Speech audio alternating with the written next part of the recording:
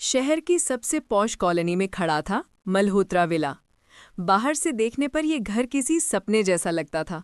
ऊंची दीवारें, खूबसूरत गार्डन, बड़ी बड़ी खिड़कियां और दरवाजों पर चमकते हुए झूमर। लेकिन हर चमक के पीछे एक साया छुपा होता है, और इस घर में भी कुछ ऐसा ही था। सुबह के वक्त पूरे घर में हलचल थी। रसोई घर से बर्तनों की खनक और चाय की महक आ रही थी। सुजाता मल्होत्रा, इस घर की मालकिन, हमेशा की तरह सफ़ेद साड़ी में बेहद सलीके से काम करती नजर आ रही थी। चेहरे पर मुस्कान थी, लेकिन आंखों में थकान छुपी हुई थी। डाइनिंग टेबल पर विक्रम मल्होत्रा अखबार में डूबे बैठे थे। बिजनेस की दुनिया में उनका नाम बहुत बड़ा था और शहर भर में लोग उनकी इज्जत करते थे। लेकिन घर के अंदर उनका चेहरा अक्सर कठोर और सख्त दिखाई देता। उसी समय सीढ़ियों से नीचे उतरी काव्या, उनकी बेटी। कॉलेज जाने की तैयारी में वो हमेशा जल्दी जल्दी रहती थी। कंधे पर बैग और चेहरे पर मासूमियत, लेकिन दिल में कई सवाल। गुड मॉर्निंग पापा, उसने धीमी आवाज में कहा। विक्रम ने अखबार से नजर उठाए बिना बस सिर हिला दिया। सुजाता ने तुरंत टोका, विक्रम जी, कम से कम बच्चों से तो ठीक से बात कर लिया कीजिए। विक्रम ने अखबार फेंकते हुए गहरी सांस ली। सुजाता, तुम समझती क्यों नहीं? दुनिया को लगता है हमारा परिवार परफेक्ट है, लेकिन मुझे नहीं पता ये नकली मुखौटा कब तक चलेगा। ये सुनकर काव्या चौंक गई। पापा, पैसा क्यों कह रहे हैं? हमारा घर तो बिल्कुल ठीक है। लेकिन सुजाता ने तुरंत माहौल संभाल लिया। काव्या बेटा, तुम लेट हो रही हो, नाश्ता कर लो। तभी दरवाजे से अंदर आया रणवीर, काव्या का बड़ा भाई। सूट पहने, हमेशा की तरह आत्मविश्वास से भरा हुआ। गुड मॉर्निंग फैमिली, उसने हंसते हुए कहा और पापा के पास बैठ गया। विक्रम के चेहरे पर हल्की मुस्कान आई। कैसा चल रहा है ऑफिस का काम? रणवीर ने गर्व से कहा, सब कंट्रोल में है पापा, लेकिन मुझे लगता है हमें नए प्रोजेक्ट्स पर भी ध्यान देना चाहिए। बातचीत चल ही रही थी कि अचानक दरवाजे पर डाकिया आया और एक चिट्ठी देकर चला गया। काव्या ने उत्सुकता से चिट्ठी उठाई। उस पर साफ साफ उसके नाम लिखा था, काव्या मल्होत्रा के लिए। उसने लिफाफा खोला। अंदर एक पीला पड़ा हुआ कागज था जिस पर अजीब सी लिखावट थी। काव्या, तुम्हें सच्चाई जाननी चाहिए। तुम्हारी माँ ने तुमसे बहुत बड़ा राज छुपाया है, वो सच जिसे अगर तुम जान जाओगी तो तुम्हारा परिवार हमेशा के लिए बदल जाएगा। काव्या के हाथ कांपने लगे। उसने घबराकर इधर उधर देखा। माँ रसोई से देख रही थी, लेकिन उनकी आंखों में अजीब सी घबराहट झलक रही थी। काव्या ने सोचा, आखिर ये चिट्ठी किसने भेजी और माँ कौन सा राज छपा रही हैं? कमरे में सन्नाटा छा गया और इसी सन्नाटे के साथ शुरू हुई उस परिवार की कहानी जिसमें हर मुस्कान के पीछे छुपा था एक गहरा दर्द और एक अनकहा रिश्ता। काव्या ने चिट्ठी अपने हाथों में कसकर पकड़ रखी थी। कागज पुराना था, लेकिन शब्दों में ताजगी और तीखापन दोनों थे। उसका दिल धड़क रहा था। कमरे की हल्की सी खामोशी भी उसके कानों में किसी शोर की तरह गूंज रही थी। रणवीर ने नोटिस किया कि काव्या का चेहरा अचानक बदल गया है। क्या हुआ काव्या, किसकी चिट्ठी है? उसने जिज्ञासा से पूछा। काव्या हड़बड़ा गई। अरे कुछ नहीं भैया, शायद कॉलेज का नोटिस होगा। उसने जल्दी से चिट्ठी अपने बैग में डाल दी, लेकिन उसकी नजरें माँ सुजाता पर पड़ी। सुजाता की आंखों में घबराहट थी, जैसे वो हर शब्द जानती हो जो उस कागज पर लिखा है। विक्रम अखबार उठाकर फिर से पढ़ने लगे, लेकिन उन्होंने भी एक पल के लिए बेटी की तरफ देखा था।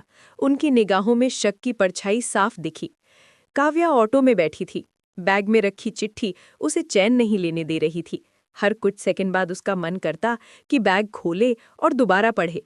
आखिरकार उसने कागज निकाला और ध्यान से पढ़ा। तुम्हारी माँ ने तुमसे बहुत बड़ा सच छुपाया है। वो सच अगर सामने आया तो तुम्हारी जिंदगी की नींव हिल जाएगी। नीचे कोई नाम नहीं था, ना ही कोई पता, बस एक अजीब सा निशान, जैसे किसी ने स्याही से आधा बना हुआ गोला खींच दिया हो। काव्या सोचने लगी, ये चिट्ठी किसने लिखी होगी? कोई पुराना जानकार या कोई दुश्मन? और माँ क्यों सच छुपाएंगी? वो और ज्यादा बेचैन हो गई। इधर घर में सुजाता रसोई में अकेली खड़ी थी। उनके हाथों में बर्तन थे, लेकिन दिमाग कहीं और। होंठ बुदबुदा रहे थे। क्यों भेजी ये चिट्ठी? अब तक सब ठीक था। ये सच अगर बच्चों तक पहुंचा तो सब बर्बाद हो जाएगा। अचानक पीछे से आवाज आई, माँ आप क्या कह रही थी? ये रणवीर था। सुजाता चौंक गई। कुछ नहीं बेटा, बस काम की थकान है।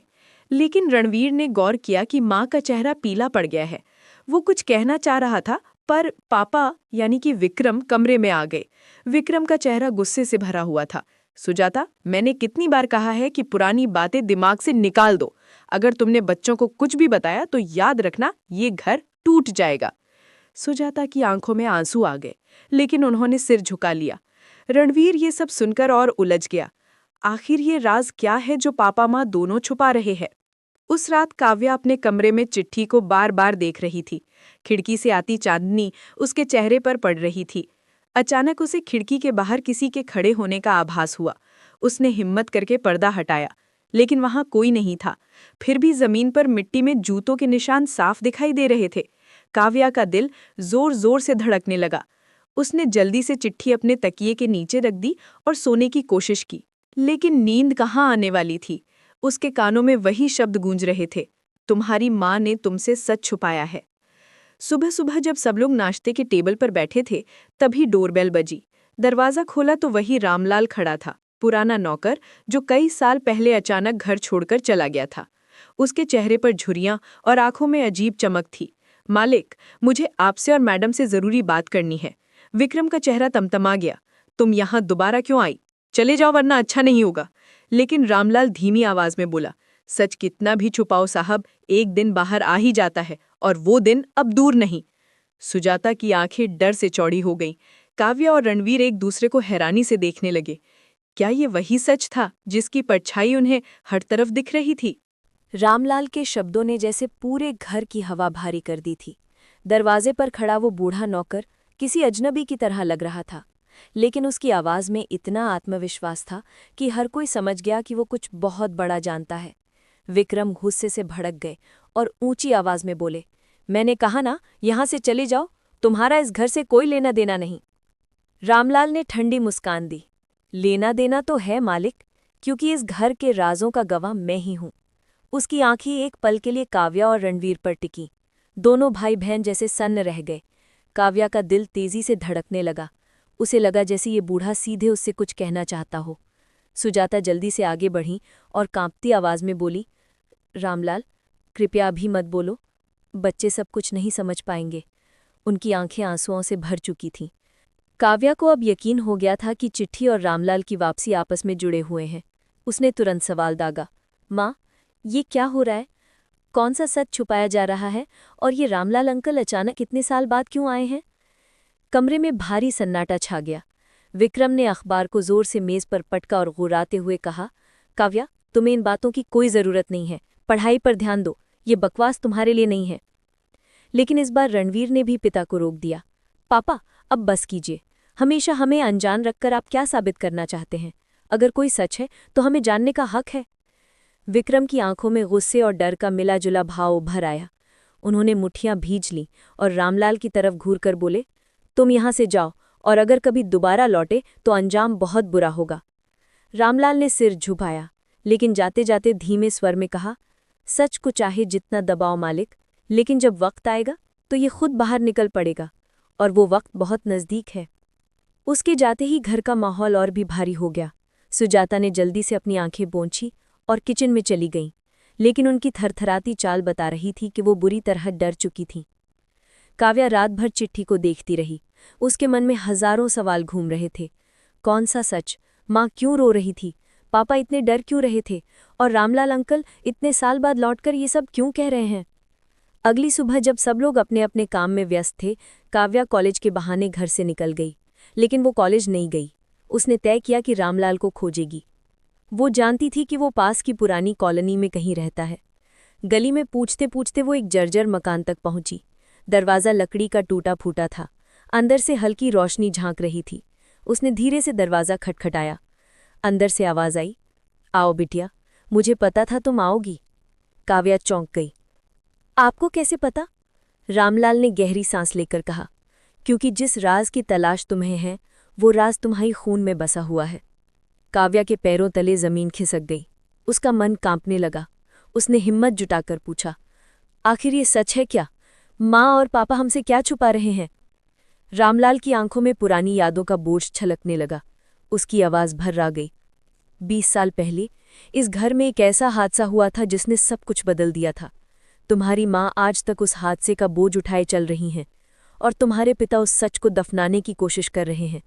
लेकिन अब वो राज ज्यादा दिन नहीं छुपेगा। काव्या की सांसें तेज हो गई। वो कुछ और पूछ पाती इससे पहले ही बाहर से किसी के कदमों की आहट सुनाई दी।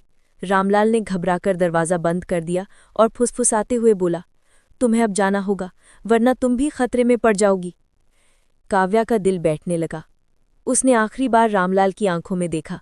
वहां सिर्फ डर ही नहीं बल्कि सच का बोझ भी साफ दिखाई दे रहा था। काव्या लौट तो आई, लेकिन अब उसे लग रहा था कि वो एक ऐसी खाई में उतर चुकी है जहां से वापसी नामुमकिन है। काव्या घर लौटी तो शाम हो चुकी थी। आसमान में धुंधलका छाया था, लेकिन उसके मन में उससे भी गहरी धुंध थी। दरवाजे पर खड़ी होकर उसने गहरी सांस ली और सोचा कि घर के अंदर कदम रखते ही सब कुछ सामान्य दिखेगा, जैसे कुछ हुआ ही ना हो। लेकिन वो जानती थी कि सब सामान्य नहीं है। जैसे ही उसने दरवाज़ा खोला, सामने से माँ की आवाज़ आई, कहाँ रह गई थी काव्या, फ़ोन क्यों नहीं उठाया? सुजाता के चेहरे पर चिंता साफ झलक रही थी। काव्या ने झूठ बोल दिया, बस कॉलेज में प्रोजेक्ट था, देर हो गई।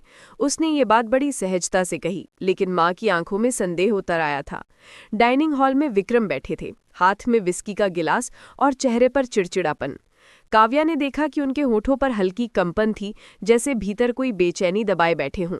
रणवीर भी वहीं था, लेकिन वो अपने मोबाइल में उलझा हुआ दिखने की कोशिश कर रहा था। माहौल में कुछ ऐसा था कि सब एक दूसरे से बच रहे थे। काव्या खाना खाने बैठी, लेकिन उसकी नज़र बार बार पिता के चेहरे पर टिक जाती।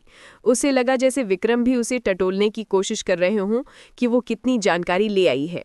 माँ ने खाना परोसा, पर उनके हाथ कांप रहे थे। रात को जब सब सो गए, काव्या अपने कमरे में अकेली बैठी चिट्ठी और रामलाल की बातें सोच रही थी। 20 साल पहले क्या हुआ था? माँ क्यों हर बात पर डर जाती हैं और पापा क्यों गुस्से में सच छुपाना चाहते हैं? उसके मन में तूफान मचा हुआ था। तभी उसे लगा जैसे खिड़की के बाहर फिर वही आहट है। वो धीरे धीरे आगे बढ़ी और पर्दा हटाया। इस बार उसे यकीन हुआ कि कोई परछाई दरवाजे के पास से गुजरी थी। उसका दिल जोर से धड़कने लगा। उसने दरवाज़ा खोला और बरामदे में झांका, पर वहां कोई नहीं था। लेकिन जमीन पर ताजे जूतों के निशान बने थे, जैसे अभी अभी कोई गुजरा हो। उसने डरकर दरवाज़ा बंद किया और कमरे में लौट आई। अगली सुबह नाश्ते पर माहौल और भी अजीब था। विक्रम चुपचाप अखबार देख रहे थे, सुजाता की आंखें लाल थीं, मानो वो सारी रात रोई हूं, और रणबीर बार बार अपनी बहन को देख रहा था, जैसे उससे कुछ कहना चाहता हो।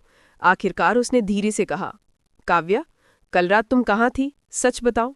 काव्या कुछ पल चुप रही, फिर बोली, भैया, मैं रामलाल अंकल से मिली थी।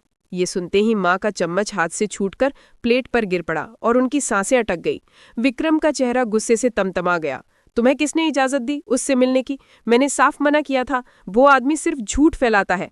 काव्या कांपते हुए बोली, लेकिन पापा, उन्होंने कहा कि हमारे घर का कोई बड़ा सच है जो हमें बताया नहीं गया। और माँ की आंखों में तो डर था। अगर सब झूठ है तो माँ इतना क्यों घबराती हैं?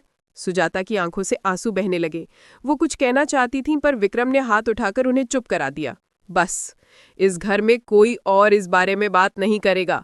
अगर किसी ने फिर ये मुद्दा उठाया तो मैं ये घर छोड़ दूंगा। ये सुनकर पूरा घर सन्न रह गया। काव्या का दिल टूट गया। उसने पहली बार महसूस किया कि जिस परिवार को वो परफेक्ट समझती थी, उसकी नींव दरअसल झूठ और डर पर खड़ी है। उस रात वो अपने कमरे में अकेली बैठी थी। बाहर बारिश हो रही थी, खिड़कियों पर पानी की बूंदें बज रही थीं। उसने डायरी खोली और लिखना शुरू किया। आज मुझे पहली बार लगा कि मैं इस घर में अजनबी हूँ। अगर सच नहीं बताया जाएगा तो मैं खुद इसे ढूंढूंगी, चाहे इसके लिए मुझे कितना भी खतरा क्यों ना उठाना पड़े। बारिश की गर्जना के बीच अचानक घर की बिजली चली गई। पूरा घर अंधेरे में डूब गया। काव्या ने मोबाइल की टॉर्च जलाई और जैसे ही उसने सामने दीवार पर रोशनी डाली तो उसे वहां स्याही से बना वही आधा गोला दिखाई दिया जो चिट्ठी के नीचे बना था। वो हक्का बक्का रह गई। तो इसका मतलब चिट्ठी भेजने वाला कोई बाहर का नहीं, इस घर के अंदर ही है। उसकी सांसें रुकने लगी। डर और सस्पेंस की परछाई उसके कमरे में फैल चुकी थी। कमरा अंधेरे में डूबा हुआ था और मोबाइल की हल्की सी रोशनी दीवार पर पड़ रही थी। वहीं आधा गोला जो चिट्ठी के नीचे बना था अब साफ साफ उस दीवार पर दिख रहा था। काव्या की सांसें थम गईं, उसके हाथ कांपने लगे। उसने जल्दी से टॉर्च की रोशनी पूरे कमरे में घुमाई, लेकिन वहां कोई नहीं था। फिर भी उसके मन में अजीब सा एहसास हो रहा था कि कोई पास ही छुपा है जो उसकी हर हरकत देख रहा है। वो हिम्मत करके दरवाज़ा खोलकर बाहर निकली। पूरा घर अंधेरे में था। गलियारे की खिड़कियों से आती बिजली की चमक कभी-कभी पूरे माहौल को डरावना बना देती। उसने धीरे-धीरे कदम बढ़ाए। सीढ़ियों से नीचे उतरते हुए उसकी नज़र ड्राइंग रूम की दीवार पर पड़ी। वहां भी हल्के-हल्के वही आधे गोले जैसे निशान बने हुए थे, मानो किसी ने जानबूझकर उन्हें बनाया हो। अचानक पीछे से कदमों की आहट आई। वो झटके से पलटी, लेकिन वहां सिर्फ रणवीर खड़ा था। उसके हाथ में मोमबत्ती थी और चेहरे पर गंभीरता। काव्या, तुम यहाँ क्यों घूम रही हो? इस वक्त नीचे आने की जरूरत नहीं थी। काव्या ने धीरे से कहा, भैया देखो ये निशान, ये वही है जो चिट्ठी पर था। इसका मतलब ये सब घर के अंदर से हो रहा है। रणवीर कुछ पल चुप रहा, फिर बोला, मुझे भी ये सब अजीब लग रहा है, लेकिन पापा से कुछ पूछना बेकार है। वो हर बात पर भड़क जाते हैं। माँ से भी पूछो तो वो सिर्फ रोती हैं। अब हमें खुद ही सच्चाई ढूंढनी होगी। दोनों वहीं खड़े थे कि अचानक ऊपर से किसी चीज के गिरने की तेज आवाज आई। दोनों भागकर ऊपर पहुंचे तो देखा कि स्टोर रूम का दरवाजा खुला हुआ है और अंदर की अलमारी का ताला टूटा पड़ा है। कमरे में पुरानी फाइलें और कागज बिखरे हुए थे। काव्या ने झुककर एक कागज उठाया। उस पर पुराने अस्पताल का लेटर हेड छपा था और नीचे नाम लिखा था, मल्होत्रा परिवार, केस नंबर 21B। उसकी आंखें चौड़ी हो गई। भैया ये देखो, ये तो अस्पताल की रिपोर्ट लगती है।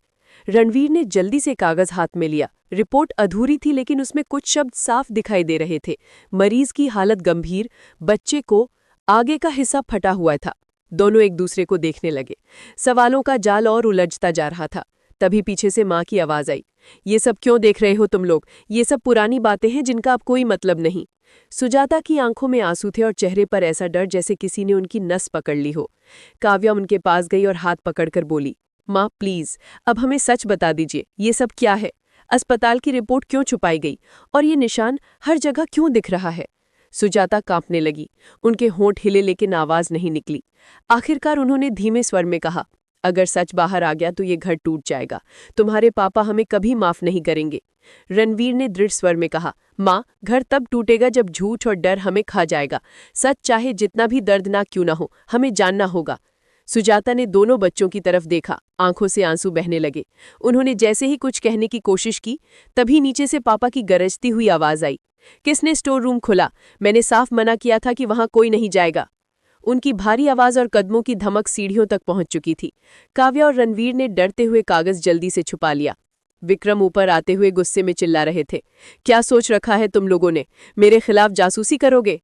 काव्या के हाथ में छुपी रिपोर्ट कांप रही थी और उसकी आंखों में सिर्फ एक सवाल था, आखिर पापा किस सच से इतना डरते हैं? सीढ़ियों पर गूंजती विक्रम की कदमों की आवाज पूरे घर को जैसे हिला रही थी। रणवीर और काव्या ने जल्दी से वो आधी फटी हुई रिपोर्ट किताबों के ढेर में छुपा दी। दोनों के दिल तेजी से धड़क रहे थे। सुजाता वहीं खड़ी थी। उनकी आंखें लाल थीं और चेहरे पर इतना डर था जैसे वो जानती हो कि अब तूफान आने वाला है। विक्रम कमरे में घुसते ही चीखे, कितनी बार कहा है कि स्टोर रूम में कोई नहीं जाएगा? क्या समझते हो तुम लोग? मेरी इजाजत के बिना घर में एक ताला भी टूटेगा तो मैं बर्दाश्त नहीं करूंगा। उनकी आंखें लाल थीं जैसे आग उगल रही हों। उन्होंने रणवीर को जोर से पकड़कर हिलाया। तुम ही ने दरवाजा तोड़ा ना? किसने कहा था तुम्हें वहां जाने को? रणवीर ने हिम्मत जुटाकर कहा, पापा हम कुछ गलत नहीं कर रहे थे। हमें वहां कुछ कागज मिले, बस वही देख रहे थे। ये सुनते ही विक्रम का गुस्सा और भड़क गया। उन्होंने तमतमाते हुए कहा, कागज? कौन से कागज? तुम दोनों अपनी हदें भूल रहे हो। ये घर मेरे नियमों से चलता है, तुम्हारे सवालों से नहीं। काव्या ने कांपती आवाज में कहा, पापा अगर सब कुछ ठीक है तो आप इतना डरते क्यों हैं? आखिर वो रिपोर्ट क्या है? वो आधे गोले का निशान क्यों हर जगह दिखाई देता है? ये सुनते ही पूरे कमरे में सन्नाटा छा गया। विक्रम का चेहरा पल भर के लिए बदल गया। गुस्से से ज्यादा डर उस चेहरे पर साफ झलक रहा था। लेकिन उन्होंने तुरंत अपने आप को संभाला और गरज कर बोले, बस अब एक शब्द भी मत बोलना। जो बातें पुरानी हैं उनका कोई मतलब नहीं। और अगर तुम दोनों ने दोबारा उन कागजों के बारे में सोचा तो ये मत भूलना कि मैं बाप हूं। मेरी मर्जी से ही इस घर में सब चलता है। उनकी आवाज इतनी कठोर थी कि काव्या के गले में शब्द अटक गए। सुजाता ने धीरे से कहा, विक्रम बच्चे हैं, सवाल करेंगे ही। चुप कराने से सच दबेगा नहीं। विक्रम ने उनकी तरफ ऐसी नजर डाली कि सुजाता चुप हो गई। उनके चेहरे पर दर्द था, लेकिन शायद डर और मजबूरी उससे कहीं भारी थी। विक्रम ने दरवाजे पर खड़े होकर आखिरी बार कहा, याद रखो, अगर किसी ने फिर से उस स्टोर रूम का ताला तोड़ा तो मैं किसी को माफ नहीं करूंगा। वो गुस्से में बाहर चले गए और दरवाजा जोर से बंद कर दिया। उनकी धमकती आवाज और उनके कदमों की गूंज देर तक घर में सुनाई देती रही। रणवीर ने गहरी सांस ली और बुदबुदाया, ये गुस्सा, ये डर, पापा कुछ छुपा रहे हैं और वही चीज हमें जाननी है। काव्या की आंखों में आंसू थे, लेकिन उनमें डर से ज्यादा जिद थी। उसने धीरे से कहा, भैया, अब हमें सावधानी से काम करना होगा। पापा हमें रोकेंगे, माँ सच बोलने से डरती हैं, लेकिन ये राज हमें ही खोजना होगा। दोनों भाई बहन चुपचाप कमरे से बाहर आए और गलियारे में खड़े होकर एक दूसरे को देखा। बाहर बारिश तेज हो चुकी थी। बिजली की चमक के साथ दीवार पर वही आधे गोले का निशान और गहरा दिखाई देने लगा। काव्या ने उस निशान को छूते हुए धीरे से कहा, ये सच चाहे जितना भी पुराना और डरावना क्यों ना हो, एक दिन ये खुद सामने आ जाएगा। रणवीर ने उसकी तरफ देखा और सिर हिलाया। हाँ, और उस दिन हमें तय करना होगा कि इस परिवार को टूटने देना है या सच जानकर उसे और मजबूत करना है। दोनों सीढ़ियों से नीचे उतरते रहे, जबकि ऊपर से अभी भी विक्रम के गुस्से की गूंज सुनाई दे रही थी। रात गहराती जा रही थी। बाहर बारिश लगातार हो रही थी और बिजली की गड़गड़ाहट हर कुछ देर बाद पूरे घर की खामोशी को तोड़ देती थी। काव्या अपने कमरे में बैठी खिड़की के बाहर देख रही थी। उसके मन में बार बार वही सवाल गूंज रहा था, आखिर पापा किस बात से डरते हैं? वो अचानक उठी और धीरे से रणवीर के कमरे में गई। रणवीर खिड़की पर बैठा था और हाथ में वो ही फटी हुई रिपोर्ट पकड़े हुए था। उसने काव्या को देखते ही धीरे से कहा, मैंने सोचा था इसे फेंक दूं, लेकिन मन कहता है कि यही कुंजी है, सच तक पहुंचने की यही शुरुआत है। काव्या ने कुर्सी पर बैठते हुए कहा, पापा का गुस्सा यूं ही नहीं था। उन्होंने स्टोर रूम पर इतना ताला क्यों लगाया? वहां जरूर कोई और कागज छिपा होगा। हमें वापस जाना होगा। रणवीर ने सिर हिलाया। हाँ, लेकिन अब सीधा जाना खतरनाक है। पापा शायद चौकसी बढ़ा देंगे। हमें ऐसा करना होगा कि उन्हें शक भी न हो। दोनों ने योजना बनाई कि अगली रात जब सब सो जाएंगे वो स्टोर रूम फिर से खोलेंगे। उस रात घर का माहौल भारी था। खाने की मेज पर पापा का चेहरा कठोर था, माँ की आंखें नम और चुपचाप, और भाई बहन दोनों के मन में तूफान। किसी ने भी ठीक से खाना नहीं खाया। विक्रम बीच बीच में बच्चों को घूर कर देखते, जैसे वो उनके मन की बात पढ़ लेना चाहते हों। खाना खत्म होते ही सब अपने अपने कमरों में चले गए। आधी रात को जब पूरा घर सो चुका था, रणवीर और काव्या धीरे धीरे बाहर निकले। फर्श पर उनके कदमों की आहट तक उन्हें डराने लगी थी। दोनों ने टॉर्च और एक पतली लोहे की छड़ अपने साथ रखी थी। स्टोर रूम का दरवाज़ा फिर से बंद था, लेकिन इस बार ताले पर नई सील लगी हुई थी। रणवीर ने धीरे से छड़ घुसाई और ताले को तोड़ने लगा। ताले के टूटने की हल्की सी आवाज़ आई। दोनों कुछ पल के लिए रुक गए, लेकिन घर से कोई हरकत नहीं हुई। आखिरकार दरवाज़ा खुल गया। अंदर अंधेरा और सीलन भरी गंध थी। पुरानी किताबें, लकड़ी के बक्से और धूल से भरे सामान के बीच में वो अलमारी फिर से खड़ी थी। उन्होंने दराजें खंगालना शुरू किया। अचानक एक पुराना फाइल कवर हाथ लगा। काव्या ने उसे खोला। अंदर कुछ कागज पीले पड़ चुके थे। पहली नज़र में वे मेडिकल रिपोर्ट जैसे लग रहे थे। ऊपर मोटे अक्षरों में लिखा था, केस हिस्ट्री, बच्चा, जन्म के तुरंत बाद। काव्या के हाथ कांपने लगे। उसने धीरे से पढ़ा, मरीज को प्रसव के समय जटिलता, बच्चा गंभीर हालत में, बचाव की कोशिश, पहचान गुप्त रखी जाए। रणवीर ने तेजी से फाइल पलटी। पीछे एक और कागज चिपका था। उस पर हाथ से लिखा हुआ था, यदि ये सच कभी बाहर आया तो मल्होत्रा परिवार की नींव हिल जाएगी। दोनों भाई बहन की सांसें थम गईं। इस बार ये सिर्फ मेडिकल रिपोर्ट नहीं थी, बल्कि कोई चेतावनी थी। अचानक पीछे से दरवाजे की हल्की चरमराहट सुनाई दी। दोनों चौंक कर पलटे। दरवाजे पर हल्की रोशनी पड़ी और वहां माँ खड़ी थीं। उनकी आंखें आंसुओं से भरी थीं। सुजाता ने कांपती आवाज में कहा, तुम दोनों ने वो ढूंढ लिया जिसे तुम्हें नहीं देखना चाहिए था। काव्या रो पड़ी। माँ प्लीज अब और मत छुपाइए। ये बच्चा कौन था? रिपोर्ट में बार बार क्यों लिखा है कि सच छुपाना जरूरी है? सुजाता ने सिर झुका लिया। उनका गला रुंध गया। उन्होंने धीरे से कहा, मैं चाहकर भी सब नहीं बता सकती, क्योंकि अगर मैंने बताया तो तुम्हारे पापा हमें छोड़ देंगे और ये घर हमेशा के लिए टूट जाएगा। रणवीर ने आगे बढ़कर माँ के हाथ पकड़ लिए। माँ, घर सच से टूटेगा नहीं, सच छुपाने से टूटेगा। हम बच्चे हैं, लेकिन इतना समझते हैं कि डर कर जीना ज्यादा खतरनाक है। सुजाता की आंखों से आंसू लगातार बह रहे थे।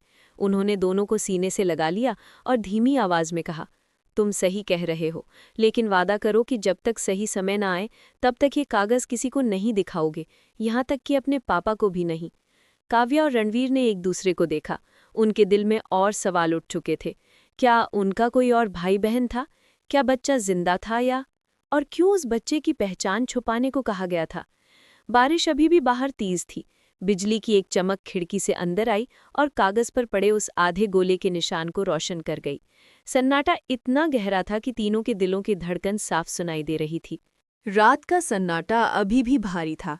बाहर बारिश की बूंदें खिड़की के शीशे पर लगातार गिर रही थी और अंदर कमरे में तीनों, रणवीर, काव्या और उनकी माँ सुजाता, चुपचाप खड़े थे। अलमारी से निकली फाइल अभी भी रणवीर के हाथ में थी। हर पन्ना, हर शब्द जैसे किसी ऐसे राज की ओर इशारा कर रहा था जिसे सालों से दबा कर रखा गया था। सुजाता धीरे धीरे फर्श पर बैठ गई। उनके कांपते होठों से शब्द निकलना मुश्किल हो रहा था। उन्होंने दोनों बच्चों की तरफ देखा और धीमी आवाज में बोली, तुम्हें सच्चाई जानने की बहुत जल्दी है, लेकिन ये सच्चाई तुम्हें भीतर तक हिला देगी। शायद तुम मुझसे नफरत करने लगो। काव्या ने उनका हाथ पकड़ लिया। माँ, आपसे हमें कभी नफरत नहीं होगी। हमें बस ये जानना है कि वो बच्चा कौन था, क्यों हर रिपोर्ट में उसका नाम छुपाया गया है। सुजाता की आंखें भर आईं। उन्होंने कांपते हुए कहा, वो बच्चा तुम्हारा भाई था। रणवीर और काव्या जैसे पत्थर की मूर्ति बन गए। कुछ सेकंड तक दोनों ने कुछ नहीं कहा। उनके कानों में बस बारिश की आवाज गूंज रही थी। रणवीर ने टूटती आवाज में पूछा, भाई, लेकिन हमारा तो कोई और भाई नहीं है, हम तो सिर्फ दो हैं। सुजाता ने सिर झुका लिया। उनकी आंखों से आंसू गिरते रहे। हाँ, तुम्हें यही बताया गया था, लेकिन सच्चाई ये है कि जब तुम दोनों छोटे थे तब तुम्हारा एक और भाई था। उसका जन्म बहुत मुश्किल हालात में हुआ था। डॉक्टरों ने कहा था कि वो ज्यादा दिन नहीं जी पाएगा। तुम्हारे पापा को ये बात मंजूर नहीं थी।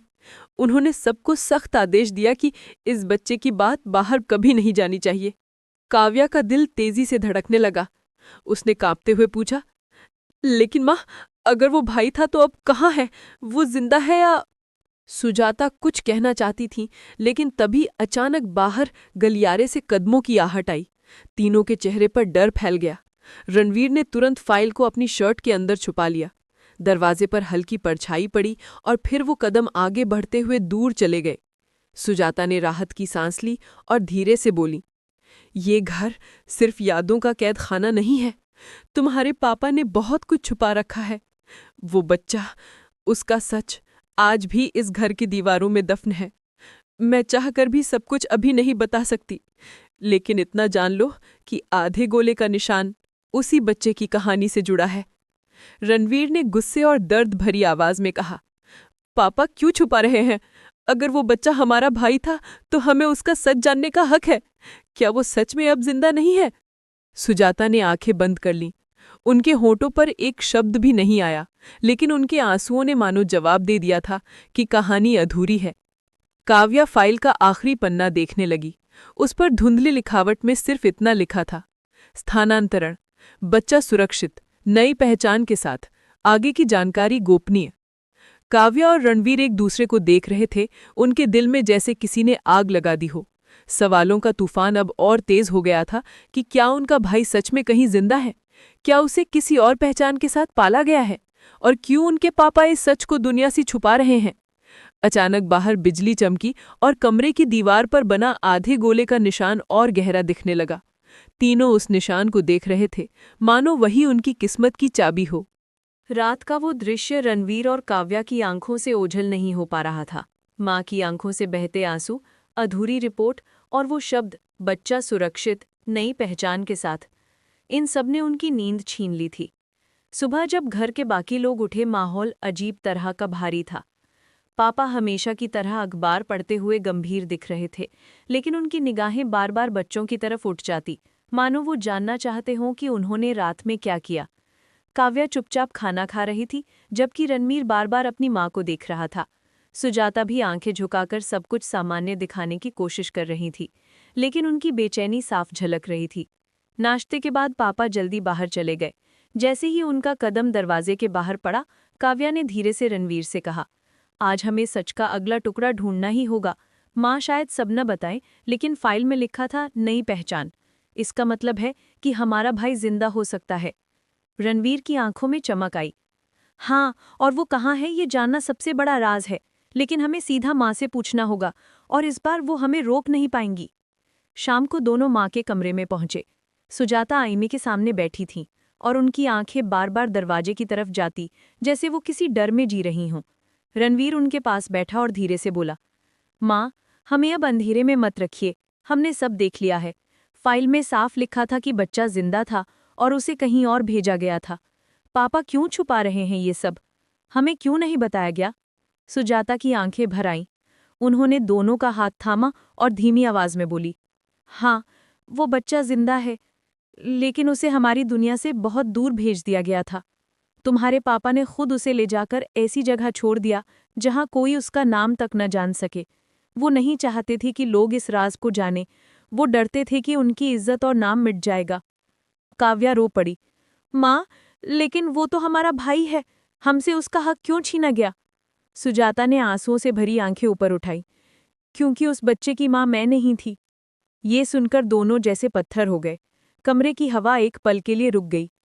रणवीर की आवाज टूट गई, मतलब वो बच्चा पापा का था, लेकिन आपसे नहीं? सुजाता ने सिर झुका लिया। उनके आंसू गालों से बहते रहे। उन्होंने कहा, तुम्हारे पापा की एक भूल, एक रिश्ता जो कभी उजाले में नहीं आना चाहिए था। जब सच सामने आया तो मैंने अपने परिवार को बचाने के लिए सब कुछ चुपचाप सहा, लेकिन उस बच्चे को जन्म से ही बोझ समझा गया। तुम्हारे पापा ने उसे दूर कर दिया और मुझे मजबूर किया कि कभी किसी से इस बारे में बात न करूं।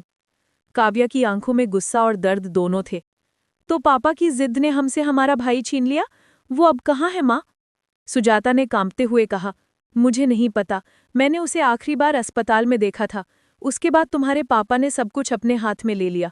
बस इतना जानती हूँ कि वो जिंदा है, और वो आधे गोले का निशान उसी की पहचान है। जहां भी वो होगा, शायद यही निशान उसके साथ होगा। रणवीर और काव्या के दिलों में तूफान मच गया। अब सवाल और बड़ा था, अगर उनका तीसरा भाई जिंदा है तो कहाँ है, और क्या वो खुद कभी अपने परिवार की तलाश में लौटेगा? रात फिर से अंधेरी थी। इस बार हवा तेज चल रही थी और खिड़कियां बार बार चरमराने लगी थीं। रणवीर खिड़की से बाहर देख रहा था।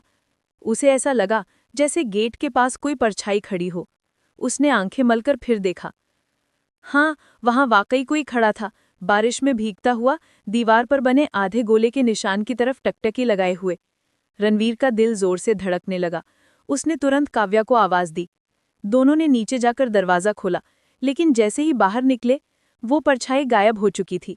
सिर्फ गीले फर्श पर पैरों के निशान बचे थे, जो घर के गेट से बाहर की ओर जाते दिख रहे थे। गेट के बाहर जाते पैरों के निशान रणवीर और काव्या की आंखों में अटक गए। बारिश लगातार हो रही थी, जिससे उन निशानों का मिट जाना तय था। लेकिन दोनों जानते थे कि अगर उन्होंने अभी पीछा नहीं किया तो ये राज हमेशा के लिए खो सकता है। काव्या ने घबराई आवाज में कहा, भैया, ये वही हो सकता है, वही तीसरा भाई। माँ ने कहा था ना, आधे गोले का निशान उसकी पहचान है। देखो, उसने दीवार को कितनी देर तक देखा होगा। रणवीर ने बिना समय गंवाए टॉर्च उठाई और गेट की ओर भागा। काव्या भी उसके पीछे हो ली। पैरों के गीले निशान कीचड़ से भरे रास्ते पर दूर तक जाते दिख रहे थे। दोनों सावधानी से आगे बढ़ रहे थे, लेकिन हर कदम पर उनके दिल की धड़कन और तेज हो रही थी। थोड़ी दूर जाकर निशान अचानक से धुंधले पड़ गए। ऐसा लग रहा था मानो वो परछाई जानबूझकर गुम हो गई हो। रणवीर झुककर ध्यान से देखने लगा।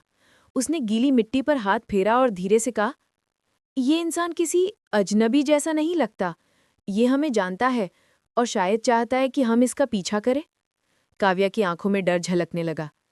लेकिन अगर ये जाल हुआ तो? अगर ये कोई और हो जो हमें फंसाना चाहता हो? रणवीर ने उसकी तरफ देखा और गंभीर स्वर में बोला, सच कभी आसान नहीं मिलता काव्या, और अगर ये हमारा भाई है तो हमें उसे ढूंढना ही होगा, चाहे इसके लिए किसी भी खतरे से गुजरना पड़े। घर लौटते हुए दोनों ने देखा कि बरामदे की दीवार पर वही आधे गोले का निशान और गहरा किया हुआ था, जैसे किसी ने ताज़ा ही उकेरा हो। उसे देखकर काव्या की सांस अटक गई। भैया, इसका मतलब वो हमारे बिल्कुल करीब था, शायद इसी घर तक आकर गया है। रणवीर ने चारों तरफ टॉर्च घुमाई, लेकिन कहीं कुछ नहीं दिखा। सिर्फ हवा की सीटी और बारिश की बूंदों की आवाज थी। दोनों धीरे धीरे अंदर लौटे और दरवाजा बंद कर लिया। ऊपर से माँ की हल्की सी आवाज आई, कौन है नीचे? रणवीर ने जवाब दिया, हाँ मैं माँ, बस थोड़ा बाहर तक गए थे। सुजाता के कदम सीढ़ियों पर आकर रुक गए। उनका चेहरा टॉर्च की हल्की रोशनी में दिखा, पीला, डरा हुआ और हैरान। उन्होंने धीरे से कहा, मत जाओ उसके पीछे। अगर वो तुम्हारा भाई है भी तो समझ लो कि वो अब पहले जैसा नहीं है। उसे दुनिया से दूर रखा गया था किसी वजह से, और वो वजह बहुत खतरनाक थी। रणवीर और काव्या सन्न रह गए। उन दोनों ने एक साथ पूछा, कौन सी वजह माँ, प्लीज बताइए। सुजाता के होंठ कांप रहे थे। उन्होंने सिर हिलाते हुए कहा, नहीं, अभी नहीं। अगर तुम्हारे पापा को पता चला कि मैंने इतना भी बताया तो सब कुछ खत्म हो जाएगा। ये कहकर वो तुरंत अपने कमरे में चली गई और दरवाज़ा भीतर से बंद कर लिया। उस रात रणवीर को नींद नहीं आई। खिड़की से बाहर देखते हुए उसे बार बार वही परछाई याद आती रही। कभी वो गेट पर खड़ी लगती, कभी दीवार के पास झुकी हुई। उसकी आंखें जैसे हर बार रणवीर से कुछ कह रही हों। करीब आधी रात को खिड़की पर हल्की दस्तक हुई। रणवीर चौंक कर उठा। बाहर अंधेरे में किसी का चेहरा साफ नहीं दिख रहा था, लेकिन खिड़की पर एक कागज चिपकाया गया था। रणवीर ने हाथ बढ़ाकर उसे उठाया। उस कागज पर सिर्फ 2 शब्द लिखे थे, मैं लौट आया हूं। नीचे वही आधे गोले का निशान बना हुआ था। रणवीर की सांसें रुक गई। उसने तुरंत काव्या को जगाया और कागज दिखाया। काव्या के चेहरे पर डर और उम्मीद दोनों झलक रहे थे। भैया, ये वही है, वो हमें देख रहा है। लेकिन क्या वो हमें अपनाने आया है या? रणवीर ने उसकी बात काट दी, या हमें तबाह करने। सुबह होते ही रणवीर और काव्या ने वो कागज माँ को दिखाया। सुजाता के हाथ कांप उठे। उन्होंने एक नज़र कागज पर डाली और तुरंत उसे अपने सीने से लगा लिया, जैसे कोई बहुत पुराना दर्द फिर से जिंदा हो गया हो। उनकी आंखों से आंसू झरने लगे। मैंने सोचा था ये राज कभी बाहर नहीं आएगा, पर शायद किस्मत चाहती है कि तुम दोनों सब जानो। रणवीर ने माँ का हाथ पकड़ा। माँ, अब और मत छुपाइए, हमें सच बताइए, आखिर कौन है ये? क्यों छुपा कर रखा गया इसे, और अब क्यों लौट आया है? सुजाता ने भारी आवाज में कहा, तुम्हारे पापा नहीं चाहेंगे कि मैं ये सब कहूं, पर मैं अब और सह नहीं सकती। उन्होंने कांपते होठों से एक नाम लिया, आदित्य। काव्या ने चौंक कर कहा, आदित्य? ये नाम तो कभी हमने सुना ही नहीं, कौन है ये? सुजाता ने धीरे से कहा, तुम्हारा सबसे बड़ा भाई। ये सुनते ही रणवीर और काव्या के पैरों तले जमीन खिसक गई। दोनों एक दूसरे को देखने लगे, जैसे अब तक का पूरा जीवन झूठा लग रहा हो। सुजाता ने गहरी सांस ली और कहना शुरू किया, आदित्य तुम दोनों से 5 साल बड़ा है। जब वो पैदा हुआ था तो डॉक्टरों ने कहा कि उसके दिमाग में कुछ अलग है। वो दूसरों से जल्दी गुस्सा हो जाता था, छोटी सी बात पर हिंसक हो उठता था। तुम्हारे पापा को डर था कि अगर दुनिया ने ये देखा तो हमारी इज्जत मिट्टी में मिल जाएगी। उन्होंने तय किया कि आदित्य को कभी इस घर का हिस्सा नहीं बनने देंगे। उसे एक पुरानी हवेली में भेज दिया गया, जहां कुछ लोग उसकी देखभाल करते थे। मैं बार बार कहती रही कि वो हमारा बच्चा है, उसे हमसे दूर मत करो, लेकिन तुम्हारे पापा ने मेरी एक ना सुनी। सुजाता के शब्दों में दर्द छलक रहा था। मैं चोरी छुपे उससे मिलने जाती थी। उसकी आंखों में हमेशा अकेलापन होता था। वो पूछता था, माँ, मैं घर क्यों नहीं आ सकता? मेरे भाई बहन मुझसे मिलने क्यों नहीं आते? और मैं उसके सवालों का जवाब नहीं दे पाती थी। एक दिन वो अचानक गायब हो गया। सबको लगा कि वो कहीं खो गया या मर गया। तुम्हारे पापा ने कहा, समझ लो कि वो अब नहीं है। और मैंने भी चुप्पी साध ली, लेकिन दिल में हमेशा महसूस किया कि वो जिंदा है। रणवीर ने कागज को देखते हुए कहा, तो ये आदित्य है जो अब वापस आया है। काव्या की आंखों में आंसू थे। लेकिन माँ, अगर वो हमारे भाई हैं तो हमें क्यों डरा रहे हैं? क्यों छुपकर निशान छोड़ते हैं? सुजाता ने धीमी आवाज में कहा, क्योंकि अब वो पहले जैसे नहीं रहे। अकेलेपन और धोखे ने उन्हें बदल दिया है। पता नहीं वो प्यार चाहता है या बदला। उस रात फिर अजीब घटनाएं होने लगी। हवेली के बाहर कुत्ते जोर जोर से भौंकने लगे। खिड़कियों पर जैसे किसी ने पत्थर मारे हों। बरामदे में पड़ी कुर्सी खुद ब खुद गिर पड़ी। रणवीर टॉर्च लेकर बाहर निकला। काव्या उसके पीछे पीछे थी। अचानक गेट के पास खड़े एक साई ने हल्की सी हरकत की। उसकी ऊंचाई और कदकाठी रणवीर जैसी ही लग रही थी। रणवीर ने जोर से पुकारा, कौन है वहां? सामने आओ। साया कुछ पल खड़ा रहा, फिर धीरे धीरे पीछे मुड़ा। टॉर्च की रोशनी उसके चेहरे तक नहीं पहुंच पाई, लेकिन उसकी आंखें, वो चमकती हुई, गहरी और बहुत जानी पहचानी लगी। साया एक पल ठहरा, फिर दीवार पर आधे गोले का निशान उकेरकर तेजी से अंधेरे में गुम हो गया। काव्या डर से कांप उठी। भैया, वो हमें देख रहा था। उसकी आंखों में गुस्सा था, लेकिन साथ ही कुछ और भी, जैसे वो रो रहा हो। रणवीर की मुठ्ठियां भिंच गई। अब ये खेल ज्यादा नहीं चलेगा। कल सुबह मैं हवेली की पुरानी फाइलें और रिकॉर्ड निकालूंगा। हमें जानना होगा कि उस हवेली में उसके साथ क्या हुआ और कौन उसे बदल गया। उस रात रणवीर की नींद टूटी एक अजीब सी फुसफुसाहट से। खिड़की के पास खड़े होकर किसी ने धीमी आवाज में कहा, रणवीर। रणवीर चौंक कर उठा। खिड़की खोली तो बाहर सिर्फ अंधेरा और बारिश थी, लेकिन जमीन पर ताज़ा उकेरा गया वही आधे गोले का निशान चमक रहा था। रणवीर के होठों पर बस एक ही शब्द आया, आदित्य। सुबह होते ही रणवीर ने निश्चय कर लिया कि अब और इंतजार नहीं होगा। उसने अपने पिता के पुराने स्टोर रूम की चाबी उठाई, जहां घर से जुड़ी सारी पुरानी फाइलें, रजिस्टर और दस्तावेज रखे गए थे। काव्या भी उसके साथ चली गई। दोनों ने भारी ताले को खोला और भीतर कदम रखा। धूल और मकड़ी के जालों से भरे कमरे में बासीपन की गंध थी। पुरानी अलमारियों में मोटी मोटी फाइलें रखी थीं। रणवीर ने एक एक करके फाइलें पलटनी शुरू की। काफी देर बाद एक पीली पड़ चुकी डायरी उसके हाथ लगी। उस पर बड़े अक्षरों में लिखा था, हवेली देखभाल रजिस्टर। रणवीर का दिल धड़क उठा। उसने तुरंत पन्ने पलटे। उसमें रोजाना का हिसाब किताब लिखा था, खाना, दवाइयाँ, नौकरों की ड्यूटी, और बीच बीच में एक नाम बार बार उभर रहा था, आदित्य।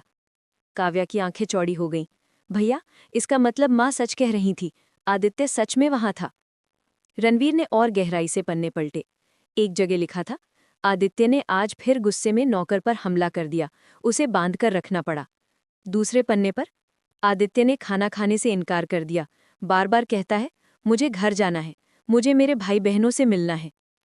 हर पन्ने पर आदित्य का दर्द झलक रहा था। काव्या की आंखों में आंसू आ गए। भैया, ये तो कैद जैसा था। पापा ने हमारे अपने भाई को जेल में क्यों रखा? रणवीर गुस्से से दांत भींचते हुए बोला, उन्होंने उसे इंसान नहीं, एक बोझ समझा। लेकिन सच चाहे जितना छुपा हो, अब हम उसे बाहर निकालेंगे। इसी बीच डायरी के एक पन्ने में उन्हें एक अजीब सा नोट मिला। नोट पर काली स्याही से लिखा था, जिस दिन आदित्य गायब हुआ उस दिन हवेली में आग लगी थी। कहा गया कि वो जलकर मर गया, लेकिन सच कोई और है।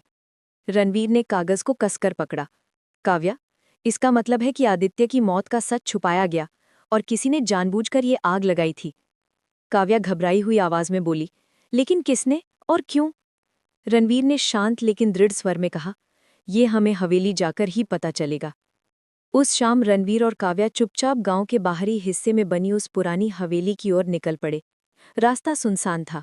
दोनों तरफ जंगली घास और सूखी झाड़ियां उगी थी। हवेली दूर से ही भूथा लग रही थी। टूटी दीवारें, काले धब्बे और जली हुई छत के निशान। दरवाजे पर पहुंचते ही जोर की हवा चली और पुराना लकड़ी का दरवाजा अपने आप कराहने लगा। काव्या रणवीर का हाथ पकड़कर बोली, भैया, हमें यहाँ नहीं आना चाहिए, ये जगह बहुत डरावनी है। रणवीर ने उसका हाथ दबाया। डरने का वक्त बीत चुका है। अगर हमें आदित्य तक पहुंचना है तो यहीं से शुरुआत करनी होगी। अंदर घुसते ही हवेली की दीवारों पर जले हुए निशान साफ दिखाई दे रहे थे। जगह जगह पुराने बर्तन, टूटी चारपाई और राख पड़ी थी। अचानक काव्या की नज़र दीवार पर पड़ी। वहां भी वही आधे गोले का निशान उकेरा गया था, बिल्कुल ताज़ा। काव्या हकबका गई, भैया, इसका मतलब वो यहीं आता है। रणवीर की नज़र तेज हो गई। हाँ, आदित्य अब भी यहाँ आता है, शायद यही उसकी पनाहगाह है। उसी वक्त ऊपर से किसी के तेज कदमों की आवाज आई। दोनों ने टॉर्च ऊपर घुमाई, लेकिन कोई दिखाई नहीं दिया। हवा में जैसे किसी की सांसें गूंज रही थीं।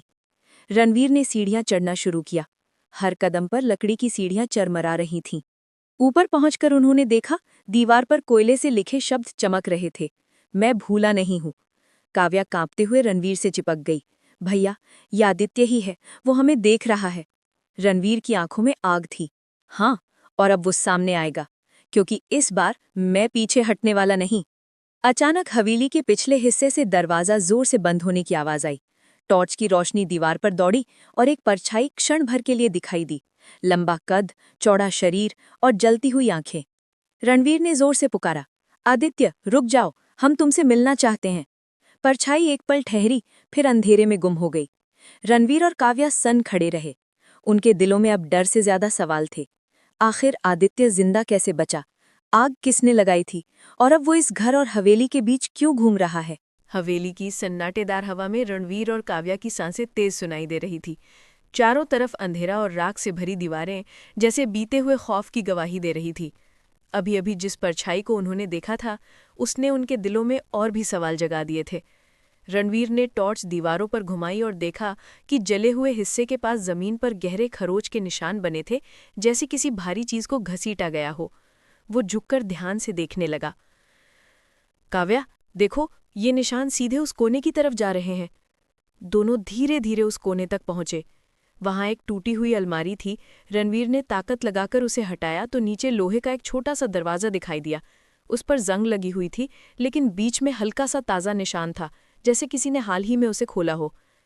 काव्या की धड़कन तेज हो गई। भैया, ये क्या हो सकता है? क्या ये तहखाना है? रणवीर की आंखों में चमक आ गई। हाँ, और शायद यहीं छुपा है वो राज जिसे सबने हमसे छुपाया है।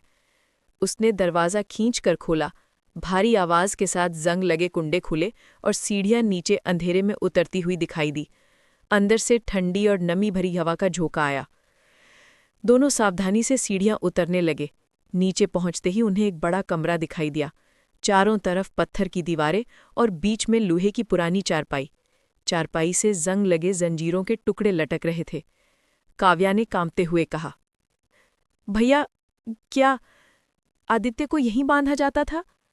रणवीर ने गुस्से से दांत भींच लिए। उसे पागल कहकर यहां कैद किया गया था। ये कैदखाना था, घर नहीं। कमरे के कोने में एक पुरानी डायरी पड़ी थी। रणवीर ने उसे उठाया और टॉर्च की रोशनी में पढ़ना शुरू किया। डायरी के पहले पन्ने पर लिखा था, आदित्य बहुत बेचैन है। कहता है कि वो भाग जाएगा। अगर वो बाहर निकला तो सब कुछ खत्म हो जाएगा। अगले पन्नों पर डरावनी बातें दर्ज थीं। आज आदित्य ने दीवार पर अपने नाखून से खून से लिखा, मैं बाहर आऊंगा। आज उसे खाना देने गए तो उसने जोर से दरवाज़ा पीटा। हमें डर है कि वो सचमुच भाग निकलेगा। काव्या के हाथ कांपने लगे। भैया, ये लोग उसे इंसान नहीं, जानवर समझते थे। रणवीर की आंखें नम हो गई। उसके साथ जो हुआ, शायद उसी ने उसे वो बना दिया जो वो आज है। अचानक तहखाने की दीवार पर कुछ खुरचने की आवाज़ आई। दोनों ने टॉर्च उस तरफ डाली। दीवार पर आधे गोले का वही निशान बना था और उसके नीचे ताज़ा खून की बूंदें टपक रही थीं। काव्या चीख पड़ी, भैया, इसका मतलब वो अभी यहीं कहीं है। रणवीर ने चारों तरफ नज़र दौड़ाई। तहखाने का दूसरा छुपा दरवाज़ा थोड़ा सा खुला हुआ था। अंदर से किसी के भारी कदमों की आवाज़ सुनाई दी। रणवीर जोर से पुकारा, आदित्य, रुक जाओ, हम तुमसे लड़ने नहीं आए हैं। हम तुम्हारे भाई बहन हैं, हमें तुमसे मिलना है। कुछ पल सन्नाटा छाया रहा। फिर अंधेरे से एक भारी आवाज़ गूंजी, भाई। उस आवाज़ में दर्द था, गुस्सा था और बरसों की तड़प भी। रणवीर और काव्या ठिठक गए। दोनों ने पहली बार महसूस किया कि आदित्य कोई परछाई नहीं, बल्कि एक जिंदा सच्चाई है जो उनसे बस कुछ ही कदम दूर है। लेकिन तभी अचानक पीछे से तहखाने का दरवाज़ा जोर से बंद हो गया। दोनों अंधेरे में फंस गए। चारों तरफ सिर्फ उस भारी आवाज़ की गूंज थी, तुम देर से आए हो। तहखाने का दरवाज़ा धड़ाम से बंद हुआ तो पूरा कमरा अंधेरे और सन्नाटे में डूब गया। रणवीर ने तुरंत टॉर्च ऑन की, लेकिन उसकी हल्की रोशनी इस ठंडी नमी भरी जगह में बहुत छोटी लग रही थी। काव्या डर के मारे रणवीर से चिपक गई। भैया, ये सब फंसाने का जाल है। आदित्य हमें कैद करना चाहता है। रणवीर ने गहरी सांस ली और बोला, नहीं काव्या, अगर वो हमें नुकसान पहुंचाना चाहता तो अब तक कर चुका होता। उसकी आवाज़ में गुस्सा जरूर था, लेकिन कहीं न कहीं अपनापन भी था। अचानक दीवार के उस पार से लोहे की घिसटने जैसी आवाज़ आई। दोनों धीरे धीरे उस तरफ बढ़े। पास जाकर देखा तो दीवार पर एक और लोहे का छोटा दरवाज़ा था, जिसे जंजीरों से बांधा गया था। दरवाजे पर खून से उकेरे गए शब्द साफ लिखे थे, मैं भूला नहीं हूं। काव्या की आंखों से आंसू टपकने लगे। भैया, वो यही है, इन दीवारों के पीछे। रणवीर ने जंजीरों को खींचने की कोशिश की, लेकिन वो जंग खाकर और मजबूत हो चुकी थी। तभी अचानक अंदर से किसी ने जोर से दरवाजा पीटा। पूरी दीवार हिल गई। काव्या चीख उठी। भीतर से वही भारी आवाज आई, रणवीर। रणवीर सन रह गया। उसने मेरा नाम लिया। रणवीर हिम्मत जुटाकर जोर से बोला, हाँ आदित्य, मैं रणवीर हूँ। मैं और काव्या तुम्हारे भाई बहन हैं।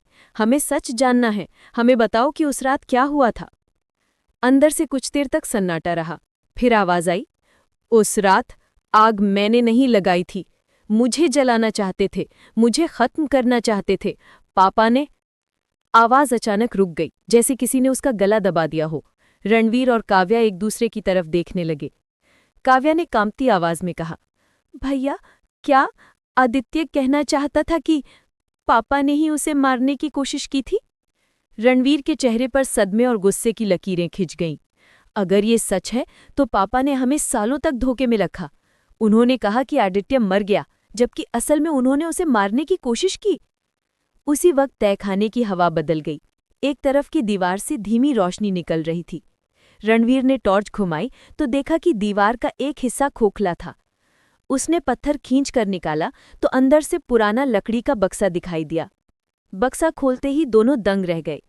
उसमें कई पुराने कागज, मेडिकल रिपोर्ट्स और एक चिट्ठी रखी थी। चिट्ठी पर उनके पिता की लिखावट थी, आदित्य को घर से दूर रखना जरूरी है। उसका दिमाग संतुलित नहीं। अगर वो बाहर निकला तो परिवार की इज्जत और कारोबार दोनों मिट जाएंगे। मैंने फैसला कर लिया है, उसकी कहानी यहीं खत्म होगी। काव्या रो पड़ी। भैया, इसका मतलब पापा ने ही सब कुछ प्लान किया था। उन्होंने ही आदित्य को कैद किया और शायद उसे आग में झोंकने की कोशिश भी वही थी। रणवीर की आंखों में आंसू थे, लेकिन आवाज सख्त। हमारे पापा हमारे लिए भगवान जैसे थे और आज सच सामने आया तो वही सबसे बड़े गुनहगार निकले। अचानक पीछे से तेज कदमों की आहट आई। रणवीर ने टॉर्च घुमाई। तहखाने के दरवाजे पर कोई खड़ा था, लंबा चौड़ा शरीर, चेहरे पर गहरी छाया। वो धीरे धीरे आगे बढ़ा। उसकी आंखों की चमक टॉर्च की रोशनी में साफ दिख रही थी। काव्या ने कांपती आवाज में कहा, भैया, ये आदित्य है। रणवीर सख्त खड़ा रहा। हाँ काव्या, और इस बार वो हमसे भागेगा नहीं। परछाई एकदम सामने आ गई। पहली बार रणवीर और काव्या ने उसका आधा चेहरा साफ देखा। वही आंखें, वही नाक नक्श, लेकिन जले हुए निशान और गहरी उदासी से भरा हुआ। आदित्य धीरे से बोला, अब तुम जानते हो ना सच क्या है? तहखाने की ठंडी हवा में सन्नाटा छा गया था। रणवीर और काव्या की सांसें तेज थीं। उनके सामने खड़ा था आदित्य, वही आदित्य जिसे सबने सालों पहले मरा हुआ मान लिया था। उसकी आंखों में जलती हुई बेचैनी और चेहरे पर गहरे घावों के निशान थे। रणवीर ने कांपती आवाज में कहा, आदित्य, तुम सचमुच जिंदा हो? काव्या की आंखों से आंसू बह निकले। उसने धीरे धीरे हाथ बढ़ाया, पर आदित्य पीछे हट गया। मत छुओ मुझे, मैं वो नहीं हूं जिसे तुम जानते थे। मैं अब सिर्फ एक साया हूं। रणवीर ने दृढ़ स्वर में कहा, नहीं आदित्य, तुम हमारे भाई हो। चाहे जैसा भी हो, सच यही है। हमें बताओ, उस रात क्या हुआ था? आदित्य की आंखें लाल हो उठीं। उसने गहरी सांस ली और भारी आवाज में बोला, उस रात मेरा जन्मदिन था। घर में सब मेहमान आए थे, लेकिन किसी को नहीं पता था कि असली खेल तहखाने में खेला जा रहा था। पापा ने मुझे बुलाया था। उन्होंने कहा था कि अब मैं परिवार का असली वारिस बनने लायक हूं। मुझे यकीन था कि वो मुझे स्वीकार कर लेंगे। उसकी आवाज कांपने लगी। लेकिन जब मैं तहखाने में पहुंचा तो वहां सिर्फ अंधेरा था। पापा के हाथ में शराब की बोतल थी और उनकी आंखों में गुस्सा। उन्होंने कहा, तू मेरा बेटा नहीं, मेरा कलंक है। तेरी माँ पागल थी और तू भी उसकी तरह है। अगर तू जिंदा रहा तो मेरा साम्राज्य बर्बाद हो जाएगा। रणवीर और काव्या सुनकर सन्न रह गए। आदित्य ने दीवार को घूंसा मारा, जिससे पुरानी मिट्टी झड़ गई। उसके बाद उन्होंने मुझे अंदर बंद कर दिया, चारों तरफ पेट्रोल छिड़का और आग लगा दी। मैं चीखता रहा, चिल्लाता रहा, लेकिन किसी ने नहीं सुना। ऊपर महफिल चल रही थी और नीचे मैं जल रहा था। उसकी आंखों से आंसू बह निकले। मैंने हार नहीं मानी। दीवार के इस कोने से एक रास्ता मिला। मैंने पूरी ताकत लगाकर खुद को बाहर निकाला, लेकिन जब तक मैं बाहर आया मेरा आधा चेहरा जल चुका था। काव्या ने कांपते हुए कहा, फिर तुम कहाँ चले गए?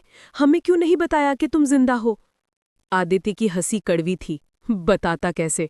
मेरा चेहरा डरावना हो चुका था। मेरा नाम मिटा दिया गया था। पापा ने सबको कह दिया कि मैं मर गया हूं। मेरे लिए रोने वाला कोई नहीं था। इसलिए मैंने छुपकर जीना शुरू किया, इस तहखाने में, उन्हीं दीवारों के बीच जिनसे मैं बचकर निकला था। रणवीर ने उसकी आंखों में देखा और कहा, तो ये सब तुम्हारी बदले की आग है? आदित्य ने धीरे धीरे सिर हिलाया। हाँ रणवीर, लेकिन बदला सिर्फ पापा से नहीं, तुम दोनों से भी। क्योंकि तुमने मुझे ढूंढा नहीं, तुमने मान लिया कि मैं मर गया। तुम्हें मेरी कमी कभी महसूस नहीं हुई। काव्या फूट फूट कर रो पड़ी। नहीं आदित्य, हम बच्चे थे, हमें कुछ पता ही नहीं चला। हमें लगा पापा सच कह रहे हैं, हम तुम्हें कभी भूल नहीं पाए। रणवीर ने आगे बढ़कर दृढ़ स्वर में कहा, अगर हमने गलती की है तो अब उसे सुधारेंगे। मैं वादा करता हूं आदित्य, अब हम तुम्हें अकेला नहीं छोड़ेंगे। आदित्य की आंखें कांप गई। उसके भीतर का तूफान साफ झलक रहा था। वो कुछ पल तक चुप खड़ा रहा, फिर धीरे धीरे बोला, तुम दोनों को देखकर मेरा दिल पहली बार इंसान की तरह धड़क रहा है। लेकिन इस आग को बुझाना आसान नहीं। पापा ने जो किया उसका हिसाब देना ही होगा। रणवीर ने उसके कंधे पर हाथ रखा और कहा, हाँ आदित्य, सच सबके सामने आएगा। अब हमें पापा का असली चेहरा दुनिया को दिखाना होगा। आदित्य ने पहली बार सीधा काव्या की तरफ देखा। उसकी आंखों में नफरत और प्यार दोनों थे। मेरी मासूमियत मुझे रोक लेती है। शायद अब मैं अकेला नहीं हूं। उसी वक्त ऊपर से भारी कदमों की आवाज आई। 3-4 लोग सीढ़ियां उतर रहे थे। रोशनी झिलमिलाई। आदित्य ने दांत भींचे। पापा ने अपने आदमी भेज दिए हैं। वो हमें सच बोलने से पहले ही मिटा देना चाहते हैं।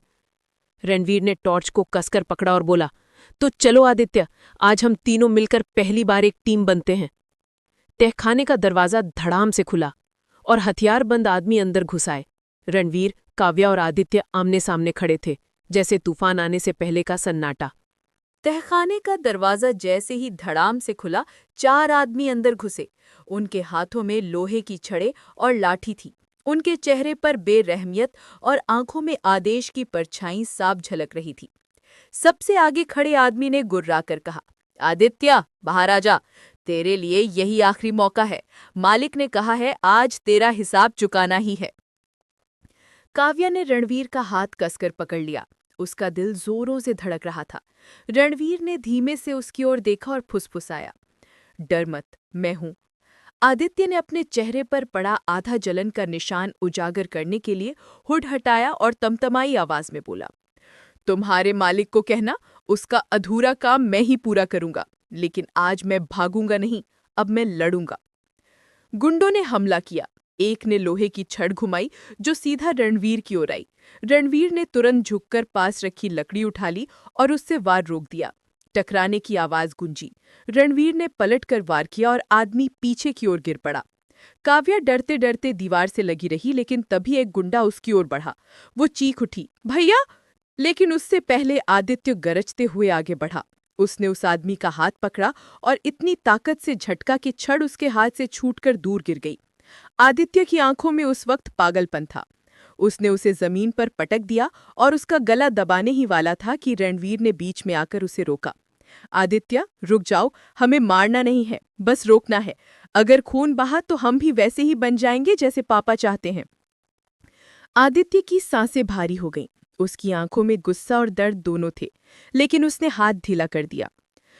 बाकी 2 गुंडे अब रणवीर और आदित्य को घेरकर हमला करने लगे। रणवीर ने एक को धक्का देकर दीवार से टकरा दिया, जबकि दूसरा आदित्य पर टूट पड़ा। आदित्य ने अपनी पूरी ताकत झोंक दी। उसकी हर चोट में सालों की आग थी।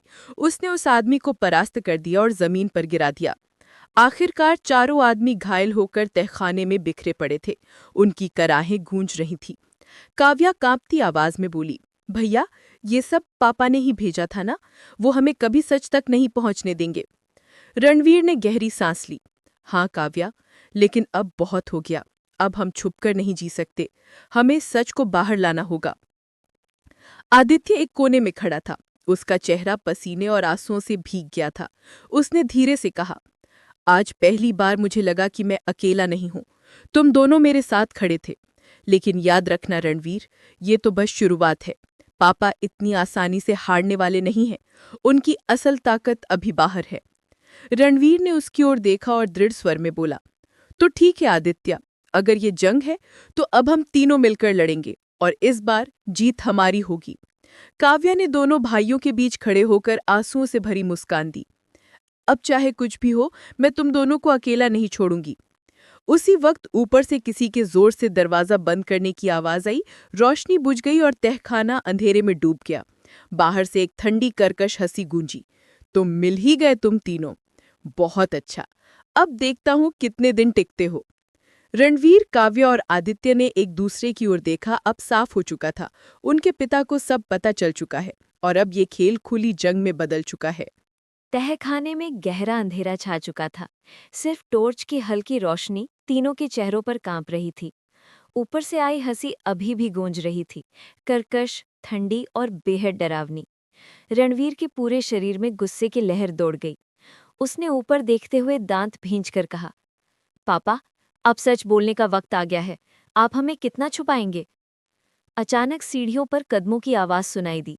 रोशनी का एक धुंधला सा साया नीचे उतर रहा था। काव्या ने रणवीर का हाथ कसकर पकड़ लिया और फुसफुसाई, भैया, वो आ रहे हैं। सीढ़ियों से उतरते हुए उनके पिता विक्रम मल्होत्रा का चेहरा सामने आया। उनकी आंखें शराब और गुस्से से लाल थी, लेकिन होठों पर एक ठंडी मुस्कान खेल रही थी। हाथ में एक पुराना चाबुक था, जिसे वो बार बार जमीन पर मारते जा रहे थे। आदित्य जैसे जम गया, उसकी आंखें खून से भर गईं। तो आखिरकार सामने आ ही गए, वो आदमी जिसने मुझे जिंदा जलाया था। विक्रम की हंसी गूंजी। तू अब भी जिंदा है, कमाल है। मैंने सोचा था तू राख बन चुका होगा, लेकिन सच कहूं तो तू अब मेरे किसी काम का नहीं। तू मेरा सबसे बड़ा धोखा है। काव्या की आंखों से आंसू छलक पड़े। पापा, आप कैसे इतनी बेरहमी से अपने ही बेटे को आग में झोंक सकते हैं? वो सिर्फ बच्चा था। विक्रम का चेहरा सख्त हो गया। चुप, तुम दोनों को सच्चाई जाननी ही पड़ेगी। तो सुनो, आदित्य कभी मेरा बेटा था ही नहीं। वो उस औरत की औलाद था जिसे मैं अपनी जिंदगी का सबसे बड़ा कलंक मानता हूं। रणवीर ने हैरान होकर कहा, क्या मतलब? माँ तो हमेशा कहती थी कि हम तीनों भाई हैं। विक्रम ने कड़वाहट से हंसते हुए कहा, तुम्हारी माँ? हाँ, सुजाता ने तुम्हें कभी सच नहीं बताया। आदित्य उस औरत से पैदा हुआ था जिसे मैं नफरत से देखता था। मैं उसे सिर्फ एक गलती मानता था, और उस गलती को मिटाने के लिए मैंने आग का सहारा लिया। आदित्य की आंखों से आंसू और गुस्से की धार एक साथ बह निकली। गलती? मैं तुम्हारी गलती नहीं, तुम्हारा खून हूं। चाहे जिस औरत से पैदा हुआ, लेकिन मैं तुम्हारा बेटा हूं, और तुमने मुझे मिटाने की कोशिश की। विक्रम का चेहरा तमतमा उठा। हाँ, और अगर मौका मिला तो मैं फिर वही करूंगा, क्योंकि मैं नहीं चाहता कि मेरे नाम के साथ तेरे जैसे दाग जुड़े। रणवीर ने आगे बढ़ते हुए कहा, बस पापा, आज के बाद ये खेल नहीं चलेगा। आदित्य हमारा भाई है, चाहे उसका जन्म कैसे भी हुआ हो, और अगर आपने उसे फिर से चोट पहुंचाने की कोशिश की तो आपको मुझसे गुजरना होगा। विक्रम ने रणवीर की तरफ घूर कर देखा। तो तू भी मेरे खिलाफ हो गया? ठीक है, ये घर, ये दौलत, ये नाम सब मेरी मेहनत से बना है, और मैं इसे किसी हरामी औलाद के हाथों बर्बाद नहीं होने दूंगा।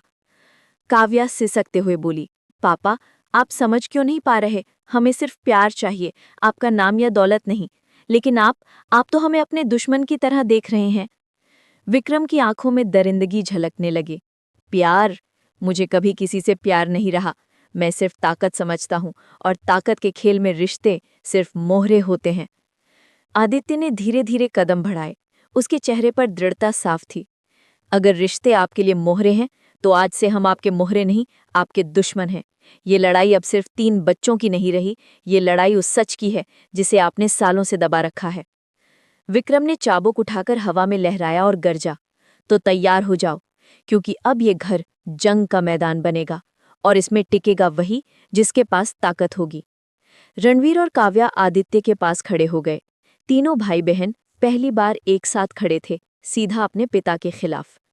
उस रात तहखाने की दीवारों में सिर्फ सन्नाटा नहीं, बल्कि आने वाले तूफान की गूंज भर गई थी। अब ये साफ हो गया था कि असली खेल शुरू हो चुका है। भाई बहन हवेली के बाहर खड़े थे। रात का अंधेरा चारों ओर फैला हुआ था। रणवीर ने फुसफुसाते हुए कहा, अब तय करेगी कि सच सामने आएगा या नहीं। काव्या ने उसका हाथ पकड़ा और बोली, डर है, लेकिन अब पीछे हटना संभव नहीं। आदित्य ने कैमरा और डायरी दोबारा चेक की और योजना दिमाग में दोहराई। तीनों ने गहरी सांस ली और हवेली में कदम रखा। हवेली के बड़े दरवाजों से जंगली हवा आती थी। अंदर की खामोशी जैसे किसी जादुई साए में बदल गई थी। हर कोने में छायाएं घूम रही थी, और पुराने झूमरों की हल्की झिरमिलाहट डर बढ़ा रही थी। काव्या ने फुसफुसाया, हर कदम पर खतरा है, लेकिन हमें आगे बढ़ना ही होगा। रणवीर ने हौले से कहा, डर पर काबू रखो, अब माँ की आत्मा और सच की जीत हमारी जिम्मेदारी है। भाई बहन हवेली के हॉल में धीरे धीरे घुसे। आदित्य ने कैमरा चालू किया ताकि सबूत रिकॉर्ड हो सके। काव्या ने हर कोने पर नजर रखी। रणवीर ने डायरी कस कर पकड़ी, जैसे वो उनके साहस का प्रतीक हो। तभी अचानक विक्रम की गहरी आवाज गूंजी, तो बच्चे, अब सोचते हो कि जीत सकते हो? विक्रम के पीछे राजेश खड़ा था। उसकी मुस्कान में धोखे और हावी होने की झलक थी। विक्रम ने झपटते हुए डायरी आदित्य से छीन ली। उसने तेजी से उसे अपने ऑफिस के लॉकर में रखा। आदित्य ने देखा कि लॉकर का दरवाजा धीरे से बंद हो गया। रणवीर ने फुसफुसाते हुए कहा, अब डायरी हमारे हाथ में नहीं है, लेकिन हम इसे वापस पाएंगे। हमें योजना बनानी होगी। काव्या ने डर और गुस्से से कहा, हमने कितना जोखिम उठाया और फिर भी वो इसे छीन गया। अब क्या करें? भाई बहनों ने चुपचाप पीछे हटने का फैसला किया। उन्होंने नोट किया कि लॉकर खुलने का समय कब और कैसे मिलेगा। आदित्य ने कहा, हमें हवेली के पुराने तहखाने और छिपे रास्तों का इस्तेमाल करना होगा। रणवीर ने कहा, कल रात हमारी आखिरी और सबसे बड़ी चुनौती होगी। डायरी को वापस पाना ही हमारा लक्ष्य है। काव्या ने फुसफुसाया, अब खतरे और बढ़ गए हैं, लेकिन हमारी हिम्मत अब और मजबूत हो गई है। भाई बहनों ने सुरक्षित दूरी पर जाकर डायरी वापस पाने की रणनीति तैयार की। भाई बहन रणवीर, काव्या और आदित्य शहर के सुरक्षित ठिकाने पर खड़े थे। हवेली में डायरी विक्रम के पास थी, लेकिन उन्होंने तय किया था कि किसी भी कीमत पर उसे वापस लाना ही होगा। काव्या ने फुसफुसाया, विक्रम और राजेश हर कदम पर हमारी निगरानी कर रहे हैं। हमें चुपके से काम करना होगा। रणवीर ने हाथ में डायरी का खाली स्थान देखकर कहा, हाँ, अब योजना सही समय पर काम आएगी। हमें हर चीज याद है, पुराने तहखाने, लॉकर, हर रास्ता। तीनों ने रात का इंतजार किया। अंधेरा और ठंडी हवा उनकी हिम्मत को और बढ़ा रही थी। आदित्य ने कहा, अब किसी गलती की कोई गुंजाइश नहीं। अगर पकड़े गए तो सब खत्म हो जाएगा। जैसे ही हवेली में घुसने का समय आया, उन्होंने चुपके से पुराने रास्तों से लॉकर तक पहुंचने की योजना बनाई। तहखाने के पुराने रास्ते में फर्श की पुरानी कड़क आवाजें, दीवारों की दरारों से आती ठंडी हवा और हवेली की खामोशी सस्पेंस और डर को बढ़ा रही थी। आदित्य ने जैसे ही लॉकर का दरवाजा खोला, वो देखा कि राजेश ने गलती से इसे खुला छोड़ दिया था। काव्या की आंखों में चमक थी और रणवीर ने फुसफुसाया, यही मौका है। आदित्य ने जल्दी से डायरी निकाल ली और इसे भाई बहनों के हाथ में दे दिया।